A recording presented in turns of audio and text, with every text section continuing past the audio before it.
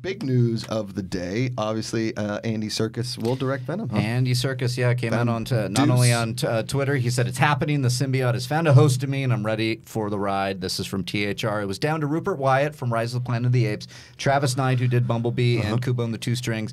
But Andy Serkis walked away with the gig. He's going to direct, and looks like they're going to be targeting. Is he going to play Venom? What's that? Is he going to play Venom? I wonder what he's going to do, because this is what's exciting about the idea that I liked moments of Venom, and I thought the effects were fine. But if you get Andy Serkis talking about some mocap, working with a performance capture, Tom Hardy, all that kind of stuff, I wonder if we're going to get the next level kind of Venom stuff, which I think is exciting. Especially if they're going to continue and actually bring Carnage into it. I think that I really think they want have to to now. I think you want to up it for sure. And I mean, we have to. What other choice do you have than to bring Carnage into it? Yeah, they set it up for sure. I think. Explain to me Carnage's backstory. He is essentially Carnage is the offspring of Venom. That symbiote produced I guess offspring, and then it formed with isn't a serial killer? Yeah, Cletus Cassidy, I believe is his name, and he's a serial killer in prison, and the two of them end up becoming the most violent symbiote possible. Did you watch the movie?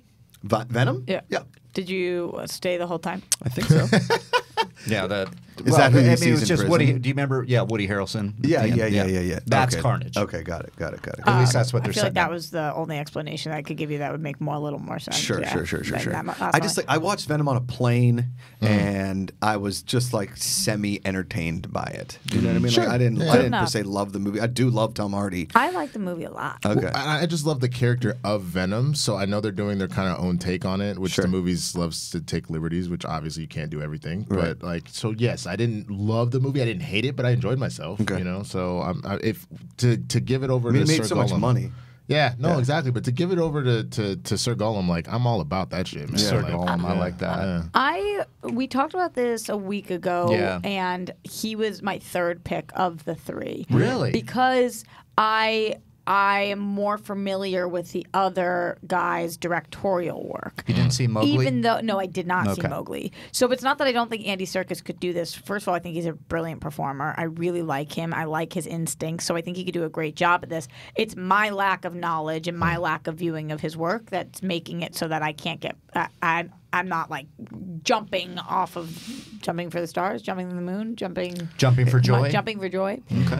But there's no way that there's anything he could be attached to that I would root against Right, because I just sure. think he's awesome. So, I'm excited about this. I really like the first Venom. I'm one of those Venom supporters that people talk about. And I just liked it. I thought it was fun. Are people talking fine. about Venom supporters? Oh, Is that a yeah. thing? Oh, I mean, really? Yeah, because this critics hated this movie. Yeah, makes sense. But it crushed at the box office. Yeah, I Well, feel like but a it lot was of mainly people- worldwide though. It Yeah. didn't do super great here. It did okay, but Can you bring up that domestic box office real quick, Cody? Go And ahead. I feel like did a lot of pretty people. good. I feel like a lot of people came back around on Venom. Even critics, some of the people that maybe they were like, it's okay, and then it kind of grew on them. And so I saw somebody was like, I'm glad Andy Serkis directing, but nothing's going to top the lobster scene. So we need more of that, which I like. I liked it when they embraced the weird. Yeah, I do too. Yeah. well, Okay, but so I mean, I domestic think was it's pretty good. Damn, that is big. Yeah. 213. that's actually not bad. 856 With a million production worldwide budget is of 100. insane. Yeah, Damn. But I mean, you're Is putting. that the Tom Hardy effect? Do you think? Well, but that's what I'm saying. You're putting. it was You're, fun. I think people were just, it was fun. It was like it 90s was. fun. It was. Yeah.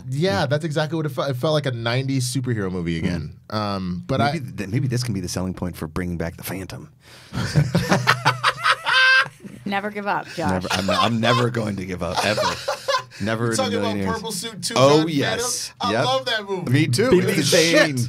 Movie is so effing good. Oh Love that my movie. God. Anyway, so you were saying. Oh, I was just gonna say you're pairing Serkis with Harrelson and Hardy. That's amazing. That's gonna be an acting masterclass as far as and on top of the fact that Serkis obviously is very good with mocap and green screen and all that kind of Right. stuff. That I feel like we are gonna get a massive upgrade to this. And as long as they keep the life, I think of it, and just add that, I think it will. Well, where do you know Venom comics?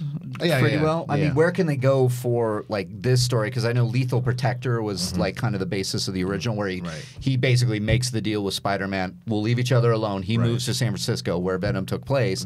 So there's no Spidey in it. But I think just going straight with Carnage is the way to go. Yeah. Because that's the issue, is that he feels there's like a weird like kind of responsibility of like, again, it's not his kid, but it's like his kid. You know what I'm saying? And also you're making things difficult for us because you're out here just murdering everybody. And so like there's both an urge for Venom to like eat the symbiote and like bring it back into him, but also to just like not let it run rampant. So my question for you is, what do you want to see as a fan of the comic books from Michelle Williams? Yeah, is she going to be in it again? I don't know. I don't. Because she's married to somebody else at the end, right? Or she's with somebody else. Who's the dude? Isn't it the dude from? Wait, did she give? No, yeah, she's like dating somebody at the end of it. Yeah, they're just friends now. I think. And we have that doorstep scene. Right. I mean, I'm honestly, I'm more interested to see Riz Ahmed. Is if Sony will like let a little bit more. Riz Ahmed is the other. He was the other symbiote. Yeah, he was Reed Scott. Thank you. That's the dude from Veep. He plays Dan on Veep. He's fantastic. Yeah, he was Riot. He was the other symbiote. Yeah, Riz Ahmed is also the one who had that big controversy about the ring that you could see and then you couldn't. There was like a lot of different or pin. Did you guys see all of these? No. It's like the water bottle in Game of Thrones? Yeah, kind of. Okay, got it. I call it a big controversy. Yeah. What? So basically we're turning Venom into a hero, correct? Yeah, he's always been anti-hero because the problem is the Venom symbiote is still obsessed with Spider-Man. They both are. Eddie, they don't get into this because obviously even though they're kind of letting Spidey go to the MCU, so they kind of left that alone. Okay. But typically Eddie Brock hates Peter Parker because he's like, you ruined my career as a journalist, so fuck you. And the symbiote hates Spider-Man. Doesn't really hate, he's like obsessed with him because they bonded and it was the most powerful and like emotion felt he's ever felt. So they're both obsessed with Peter Parker and Spider-Man, which is why they're constantly trying to like kill him, absorb him, like whatever. Right. So you think there's no chance we see Peter Parker in Venom 2? I see, and that's where I'm confused because I don't know what the deal is that Sony and Marvel has really worked out as far as how much they're going to have this kind of flow back and forth. I would really hope, honestly, that they would just see the writing on the wall and be like, wow, we're making a lot of money with these like MCU Spider-Man films. We should set this up and then Spider-Verse this shit that all of a sudden Venom shows up. Holy shit. Yes. I feel like it'd be amazing. And but that's would you rather see Venom in Spider-Man 3 or Spider-Man in Venom 2?